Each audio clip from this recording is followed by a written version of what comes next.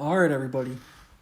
Tech Costanza here. Apple just dropped the new M3 MacBook Air this morning. We all heard over the weekend Bloomberg's Mark Gurman report that there would be no Apple event in March to announce the new MacBooks, the new iPads, and anything else they might have going on. But instead, we would see press releases. And we found out earlier this morning that is indeed correct. We're just going to see press releases, it looks like. So the M3 MacBook Air, 13 inches and 15 inches, was announced this morning by Apple on a press release on apple.com. So let's get into it and let's look at these new MacBooks. So for me personally, I use a 13-inch M2 MacBook Air at midnight. So I'm interested to see, if at all, what big upgrades we're seeing with the M3 version, and if it, after only having the M2 version for, a year and a half or whatever it's been, is it going to be worth it to upgrade to the M3? So let's get into it. So right here, see the new ones, the design looks the same as last year with that Pro look, but extremely slim. Let's see. Looks like pricing staying the same. New MacBook Air from $10.99 for the 13-inch, and then I guess the 15-inch is $12.99. MacBook Air with M2, looks like that now replaces the M1 version, which I would imagine is being discontinued. So the M2 MacBook Air now starts at $9.99. Let's see. What do they got going on with this one this year? Let's see. There's the colors that you can get. So it looks like those all stay the same. You got Midnight, Starlight, Space Gray, Silver. I know a lot of people don't like the Midnight because of the fingerprints. I have the Midnight M2. The fingerprints aren't that bad, at least in my opinion, and that still looks like the best color out of all of them. The maybe Space Gray, Silver, and then Starlight, depending on what you like. A chip load of power. Up to 1.6 times faster than the M1 MacBook Air, up to 13 times faster than the Intel-based MacBook Air. I find it interesting that they skipped comparing it to the M2 chip. So for all you benchmarkers out there, I'd be very interested to see how it compares to the M2 chip in terms of speed. All right, so it looks like they compared the two right here. All right.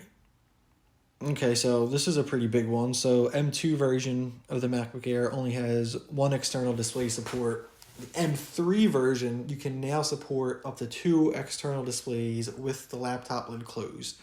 So for those of you that work from home, I see that being a huge plus, provided A, your company uses Macs, or B, you're allowed to kind of use whatever device you want to work from home with. So that's huge, because I know I work from home and I can't live without two monitors. It's huge from a productivity standpoint and everything like that throughout the course of the day. So I think that's a pretty big upgrade right there.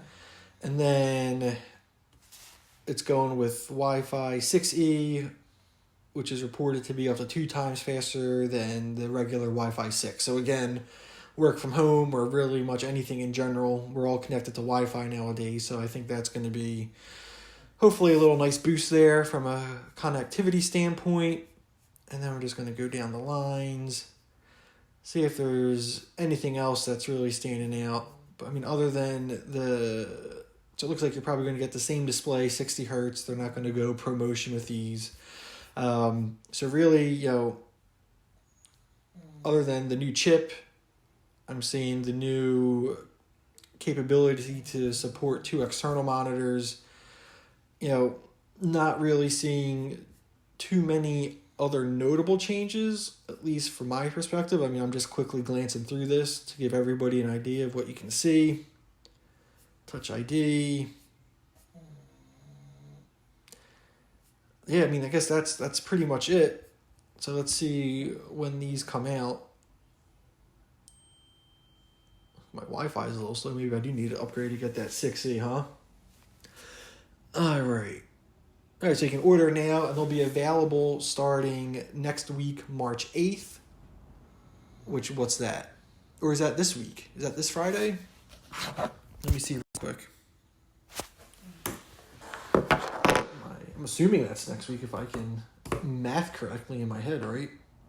That's this Friday, so cool. So you order it now. It'll be available starting Friday, March 8th, which is this week.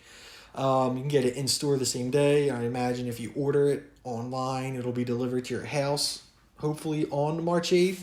But yeah, here's the pricing. So you get the M2 version at $999, the M3 13-inch $1099, and the 15-inch M3 at $1299. So there you have it. The M1 version is officially gone. It's been discontinued. I would think you could probably still get it certified refurbished. I'd be interested to see what that price is going to be now. I know you can get, I was looking over this weekend, you can get a brand new M1 MacBook Air at Best Buy for $749, which is probably still the best value laptop you can get when you're comparing it to, Windows-based PCs and Chromebooks and all that stuff. So here's something.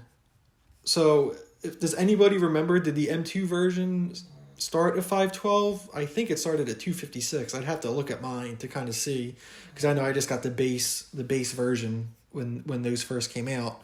But yeah, so it looks like they're doubling the storage and the price is staying the same. So that's pretty cool. Then you're getting the 2 external display support, adding that in there. Pretty cool. So I guess that's pretty much it for these. I guess overall minor updates so I can see why they went press release with these. I think, at least from everything I've been reading, I'm thinking the iPads are at least going to be a decent upgrade. The iPad Pro, they're talking about adding OLED in for the displays. Some, I guess, minor design changes as well as maybe potential MagSafe capabilities built in somewhere. And then iPad Air is going to be probably updated with the M2 chip. And then they're adding in a 12.9-inch version of the iPad Air, which will be pretty cool to see how that looks as well. And the other thing, too, with the new iPad Pros, they're adding in, I guess, a more MacBook-like-ish Magic Keyboard. So I know I'm going to be interested to see where the pricing comes in for these new iPad Pros, because I have an M2 11-inch iPad Pro. And I was kind of on the fence, so I upgrade to the 12.9, but I stuck with the 11-inch when I got this one. So maybe the new iPad Pros will entice me to go get the new one at 12.9, depending on the pricing, or do I go back down to the Air model and get that 12.9? I'll be interested to see what that pricing comes in at too. But I appreciate everybody tuning in. If you get a new M3 MacBook Air, let me know how it is in the comments. And if not, I'll talk to you on the next one. Tech Costanza out.